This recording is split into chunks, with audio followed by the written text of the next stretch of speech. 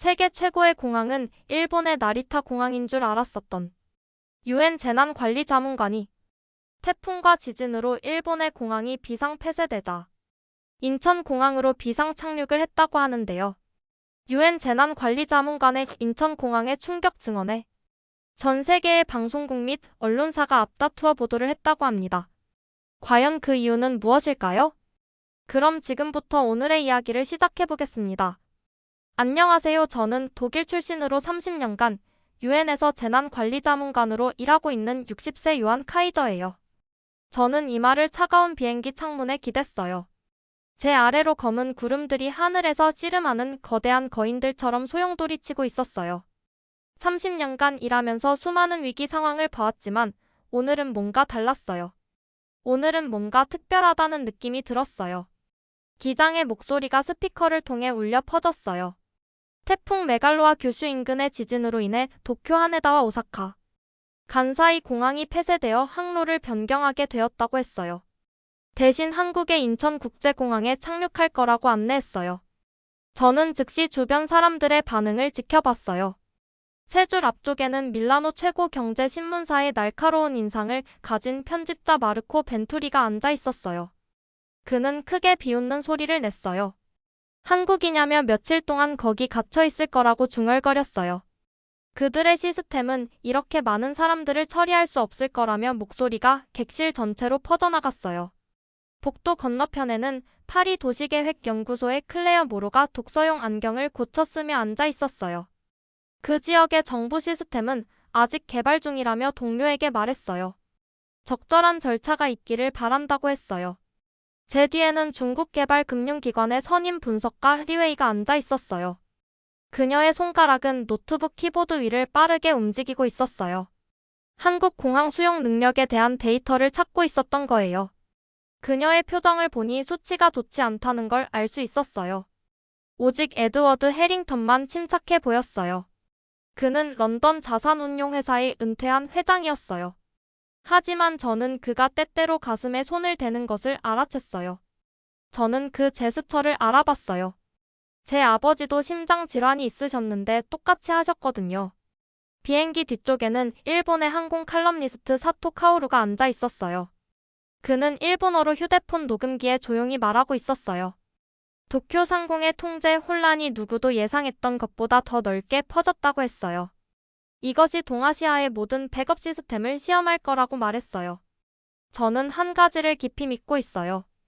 시스템은 사람을 위해 존재해야지 그 반대가 되어서는 안 된다는 거예요.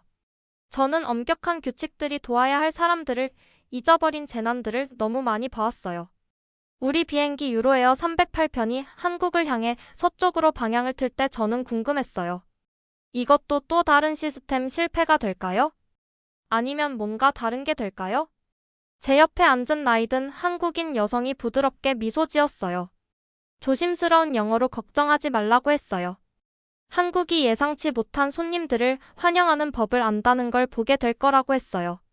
저는 그녀를 믿고 싶었어요. 하지만 사실들이 제 마음에 무겁게 자리 잡고 있었어요. 우리 비행기에는 320명의 승객이 타고 있었어요. 여러 항공편들이 경로를 변경하고 있었어요. 폭풍은 멈출 기미를 보이지 않았어요. 앞으로 72시간이 진실을 드러낼 거예요. 한국의 인프라가 그 명성에 걸맞을 수 있을까요? 아니면 마르코의 비판이 옳다는 게 증명될까요? 비행기가 거칠고 흔들리는 공기를 뚫고 하강했어요. 저는 눈을 감고 좋은 위기 대응이 정말로 무엇을 의미하는지 생각했어요. 그것은 단지 속도만의 문제가 아니었어요. 정확성도 중요했어요. 단지 효율성만의 문제가 아니었어요. 인간성도 중요했어요. 모든 시스템의 진정한 시험은 예상치 못한 상황에 직면했을 때 찾아오는 거예요. 바퀴가 부드러운 충격과 함께 한국 땅에 닿았어요. 시험이 시작되었어요. 우리 비행기가 게이트로 이동했어요. 창문 너머로 터미널을 가득 채운 사람들의 무리가 보였어요. 다른 경로 변경 항공편들이 이미 도착해 있었어요. 마르코 벤투리는 세 줄 앞에서 벌써 불평하고 있었어요. 저는 그가 오를 거라고 예상했어요. 저는 다른 나라들에서 이런 상황을 전에 본 적이 있었어요. 수천 명의 발이 묶인 승객들, 혼란스러워하는 직원들, 긴 줄, 화난 사람들, 몇 시간의 대기가 있었죠. 하지만 우리 항공기 문이 열렸을 때 예상치 못한 일이 일어났어요. 공항 직원들이 명확하고 색깔로 구분된 표지판을 들고 기다리고 있었어요. 한국에 오신 것을 환영한다며 따뜻하게 말했어요. 브리지 트랙 신속 처리를 위해 파란색 선을 따라오라고 안내했어요. 저는 그것에 대해 들어본 적이 없었어요. 파란색 선은 우리를 어느 공항에서도 본 적 없는 특별한 복도로 안내했어요. 보통 출입국 심사 보안 검색 수함을 찾는 곳은 터미널 곳곳에 흩어져 있어요. 이것은 완전히 달랐어요. 모든 것이 하나의 연속된 경로로 흘러갔어요. 먼저 우리는 AI 통역 키오스크에 도착했어요. 저는 다른 승객들이 독일어, 이탈리아어, 프랑스어, 중국어, 일본어로 질문하는 것을 지켜봤어요. 시스템은 화면과 스피커를 통해 즉각적이고 정확한 답변을 제공했어요. 파리에서 온 클레어 모로가 프랑스어로 자신의 짐이 어디로 가는지 물었어요.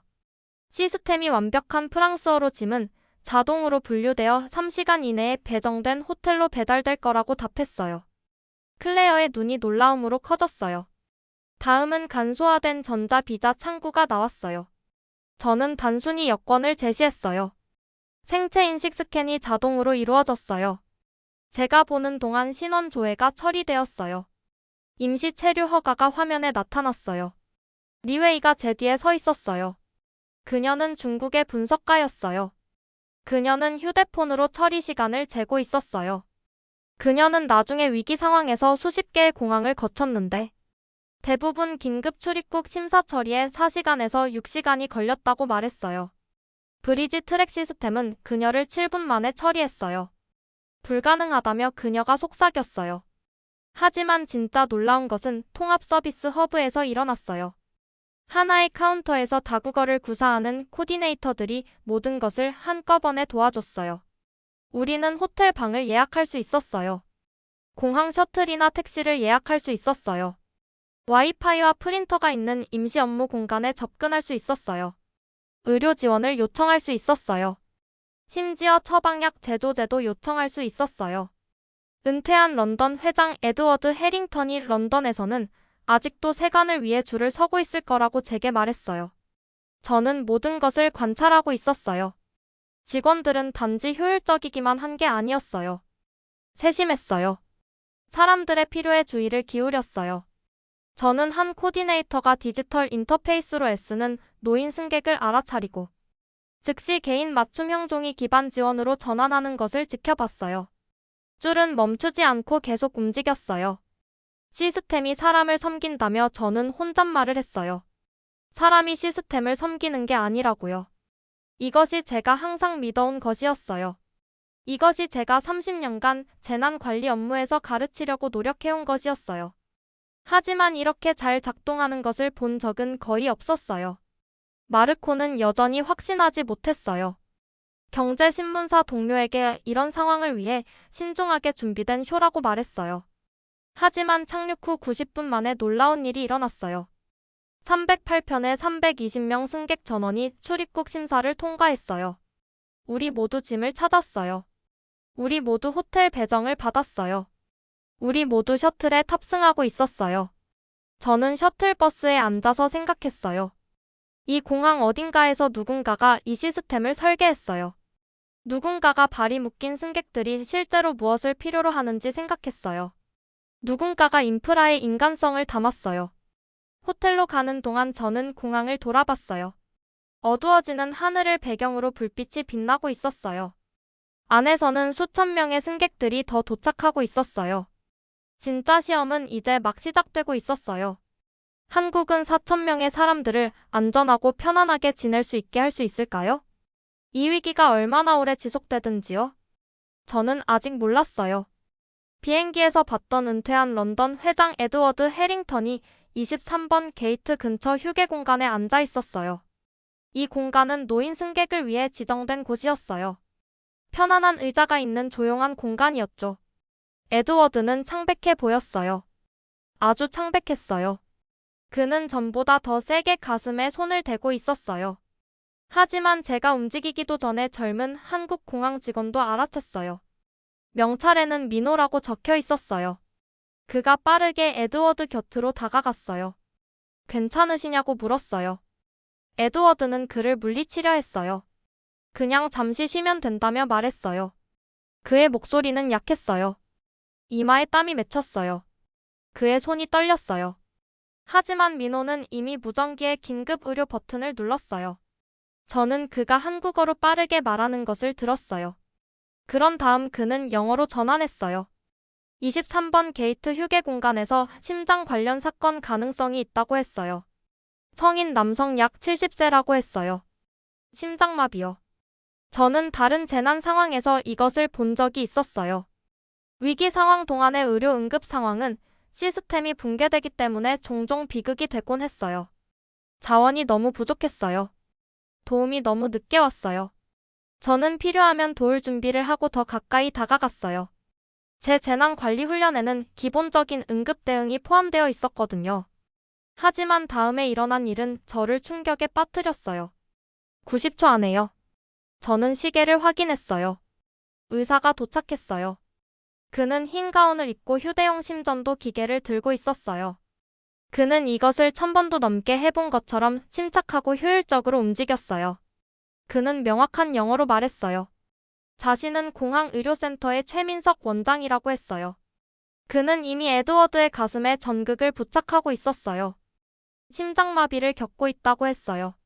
빨리 움직여야 하지만 적절한 장소에 있다고 했어요. 자신의 말을 이해할 수 있냐고 물었어요. 에드워드가 고개를 끄덕였어요. 최 원장이 심전도 판독을 연구했어요. 기계는 화면의 초록색 선으로 에드워드의 심장 리듬을 보여줬어요. 의사의 눈이 데이터를 빠르게 훑었어요. 그는 아마 10초 정도 그것을 연구했어요. 그런 다음 결정을 내렸어요. 그는 팀에게 한국어로 말했어요. 서울중앙병원의 김도현 교수에게 알리라고 했어요.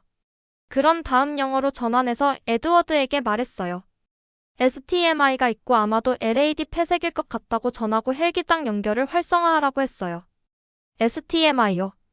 저는 응급훈련에서 그 용어를 알고 있었어요. ST 분절 상승 심근경색증이요. 주요 심장마비요.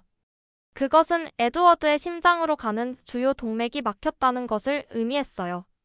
치료 없이 매분마다 더 많은 심장 근육이 죽어가고 있다는 뜻이었어요. 대부분의 나라에서 이것을 치료할 수 있는 병원에 도착하는 데는 1시간 이상이 걸려요. 때로는 2시간이요.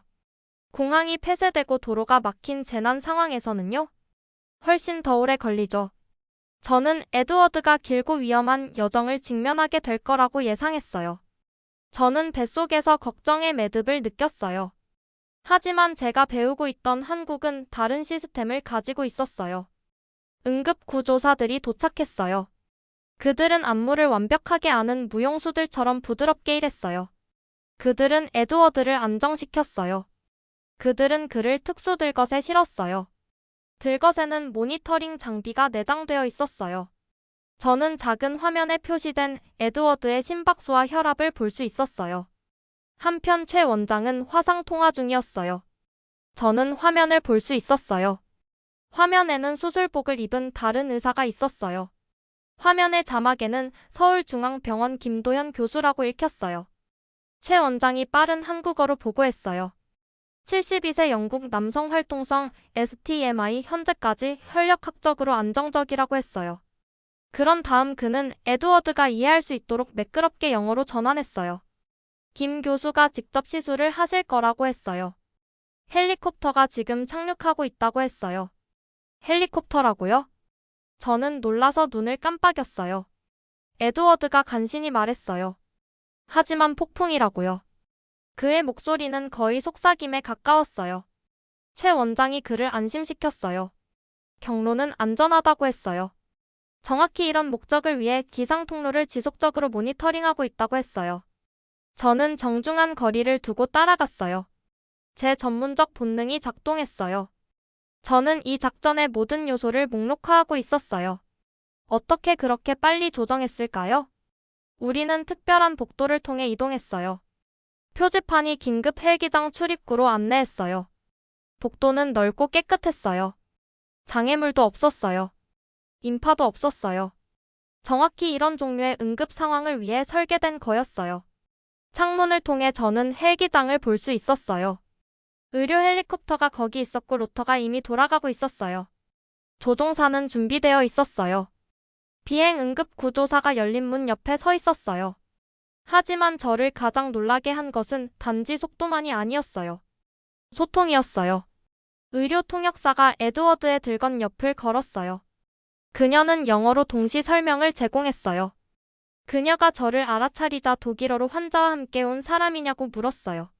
저는 독일어로 대답했어요.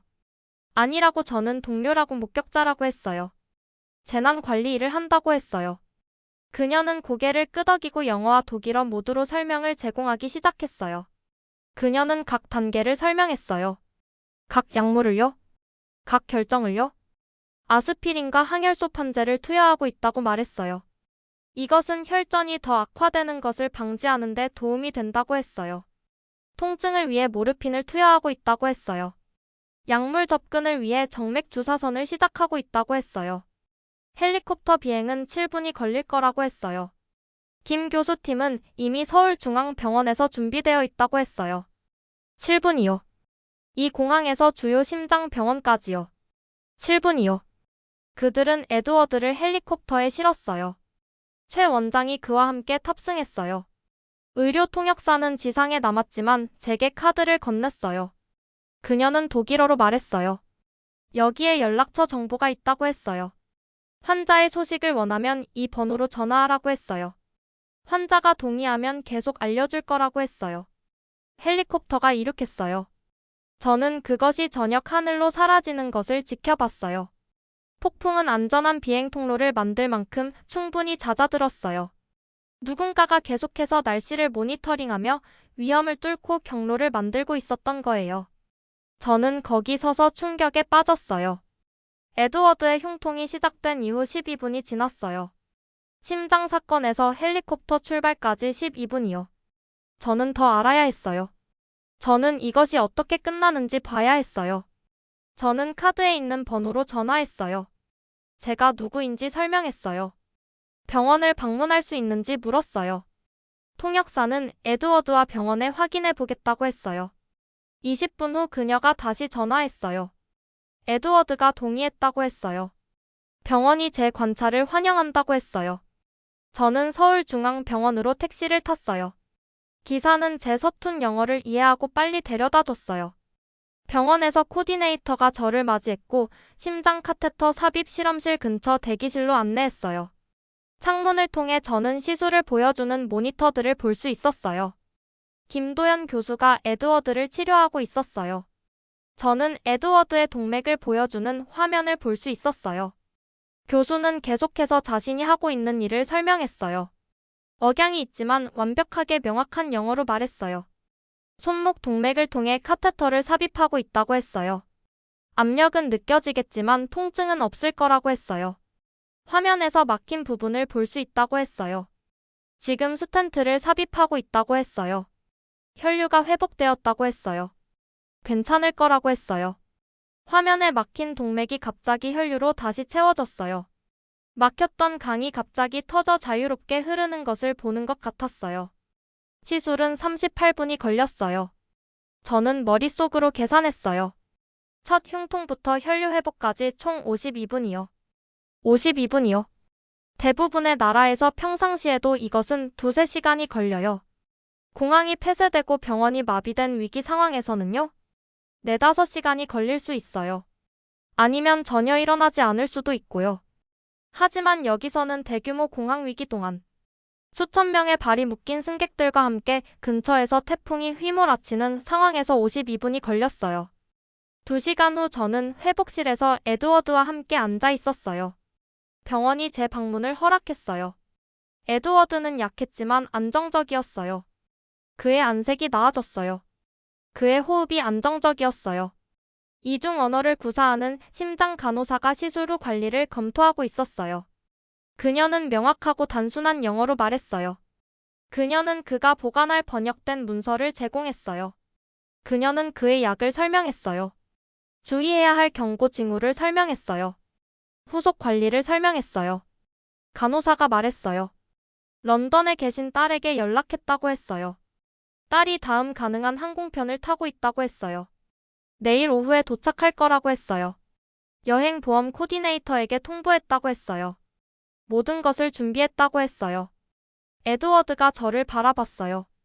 런던에서는 현재 NHS 상황으로는 아직도 구급차 안에 있을 거라고 조용히 말했어요. 이것은 정말 놀라웠다고 했어요. 저는 고개를 끄덕였어요. 모든 환자를 대통령인 것처럼 대하는 시스템이라고 말했어요.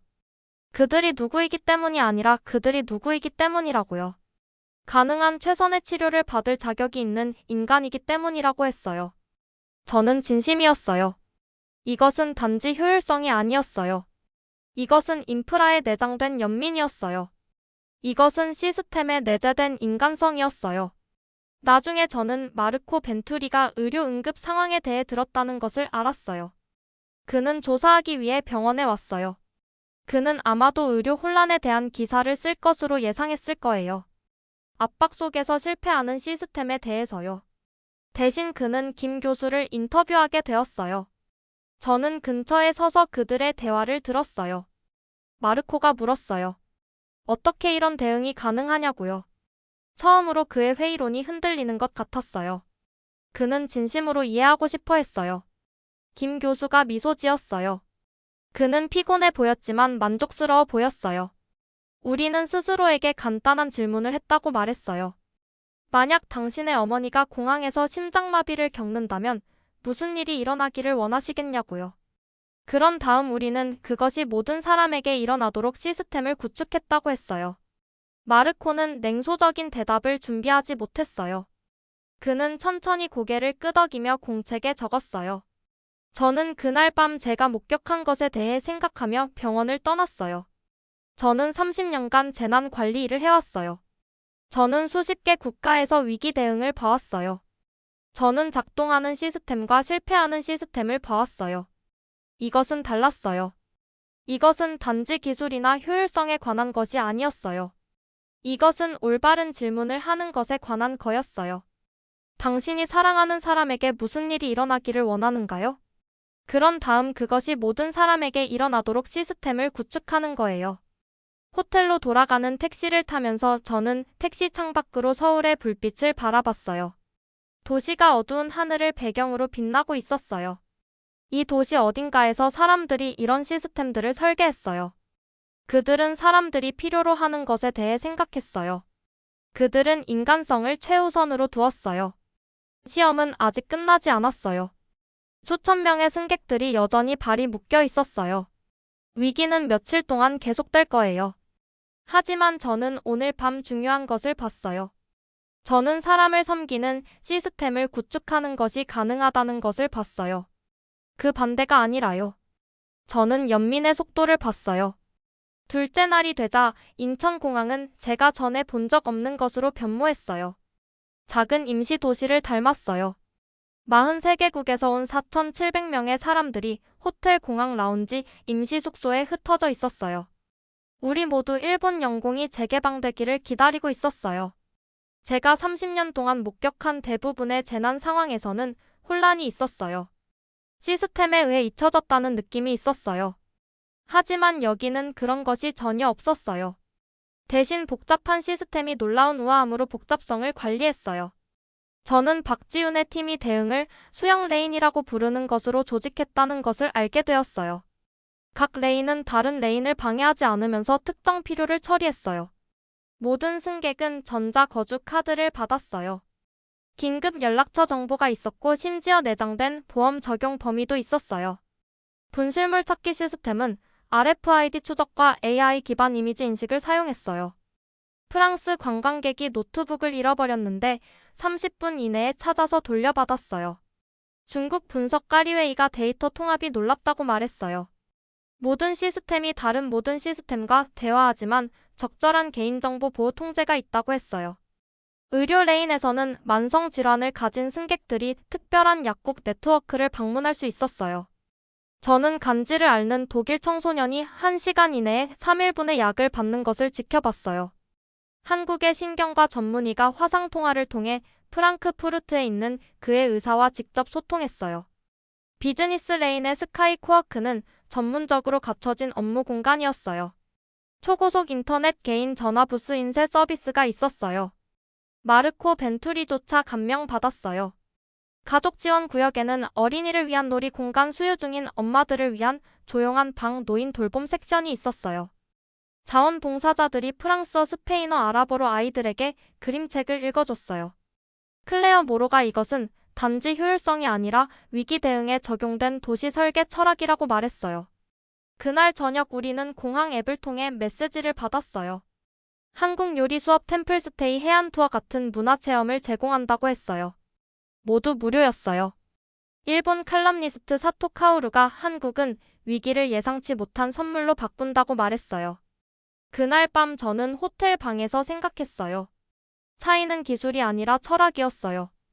한국은 혼란스럽고 스트레스를 받는 인간이 안전하고 정보를 얻고 존중받는다고 느끼도록 무엇이 도움이 될까 하는 질문을 중심으로 설계했어요. 저는 노트북을 열고 타이핑했어요. 속도, 정확성, 그리고 인간성이라고요. 시스템이 사람들을 향할 때 놀라운 일이 일어난다고요. 공항이 도시가 되고 도시가 집이 된다고요. 비록 3일 동안만이라도요. 그것이 보이지 않는 돌봄의 구조였어요. 어떻게 진정으로 사람들을 섬기는 시스템을 구축할 수 있을까요? 한국이 제게 답을 보여주고 있었어요. 셋째 날 아침 저는 일본 영공이 재개방되었다는 소식에 잠에서 깼어요. 우리는 마침내 여정을 계속할 수 있었어요. 저는 스카이 코워크 시설로 내려갔어요. 마르코 벤투리가 근처 책상에 앉아 고민스러워 보였어요. 그는 신랄한 칼럼을 쓰러 여기 왔다고 말했어요. 아시아 시스템의 거짓 효율성에 대해서라고 했어요. 대신 자신이 목격한 것 중 가장 효과적인 위기 대응 중 하나를 기록한 17페이지를 가지고 있다고 했어요. 그가 제게 데이터를 보여줬어요. 94%의 승객이 피크 시간에도 20분 이내에 출입국 심사를 통과했어요. 의료 대응 시간은 응급 상황에서 평균 3분 미만이었어요. 고객 만족도는 91%의 긍정적 평가를 보여줬어요. 클레어 모로는 파리 도시계획연구소 팀과 화상회의 중이었어요. 그녀는 수영 레인 모델을 다음 개정판에 통합하자고 제안했어요. 중국 분석 까리웨이는 결론을 말했어요. 한국 모델은 고신뢰 고투명성 시스템이 실제 스트레스 테스트 동안 대규모로 작동할 수 있음을 보여준다고 했어요. 이것은 선전이 아니라 성과라고 했어요. 에드워드 해링턴은 동료들에게 영국 심장센터와 한국 병원 간의 양해각서를 검토하고 싶다고 말했어요. 한국이 우리의 전문 지식이 필요해서가 아니라 우리가 그들의 것을 필요로 하기 때문이라고 했어요. 사토 카오루가 한국에 숨겨진 활주로라는 기사를 발표했어요. 진정한 우수성은 예상치 못한 도착을 어떻게 처리하는지에서 드러난다고 썼어요. 저는 UN 재난관리사무소에 보낼 보고서를 작성했어요. 3가지 핵심 원칙을 확인했어요. 첫째, 투명성이요. 둘째, 통합이요. 셋째, 존엄성이요. 모든 설계 선택이 이것이 우리 가족이라면 무엇을 원할까라고 물었어요. 마지막 날 저는 공항을 마지막으로 한 번 걸었어요. 마르코는 신문사에 서울 특파원 직책을 열 것을 추천했고 거기에 지원하고 싶다고 했어요. 클레어는 브리지 트랙 프로토콜을 연구하겠다는 공식 요청을 보냈어요. 리웨이는 한국 위기 관리 시스템에 대한 3가지 연구 제안서를 제출했어요. 에드워드는 최초의 한국 마이너스 영국 심장 응급 협력을 설립했어요. 5명의 회의론자가 한국에 도착했어요. 5명의 회의론자가 변화되어 떠나고 있었어요. 저는 브뤼셀행 비행기에 탑승했어요. 저는 또 다른 시스템 실패를 기록할 것으로 예상하며 도착했어요. 대신 저는 위기 대응이 무엇이 될 수 있는지 목격했어요. 공항은 위에서 보니 열린 팔처럼 보였어요. 사람을 섬기는 시스템이라고 저는 혼잣말을 했어요. 그 반대가 아니라고요. 공항은 간단하지만 혁명적인 아이디어 위에 지어졌어요. 모든 사람은 자신이 중요하다는 듯이 대우받을 자격이 있다는 거예요. 왜냐하면 그들은 정말로 중요하니까요. 저는 남은 경력 동안 이야기를 할 거예요. 선전으로서가 아니라 증거로서요. 시스템이 인간의 존엄성을 중심으로 설계될 수 있다는 증거요. 폭풍이 우연히 우리를 한국으로 데려왔어요. 하지만 우리가 거기서 배운 것은 전혀 우연이 아니었어요. 그것은 선택의 결과였어요. 한국은 우리가 무엇이 될 수 있는지 보여줬어요.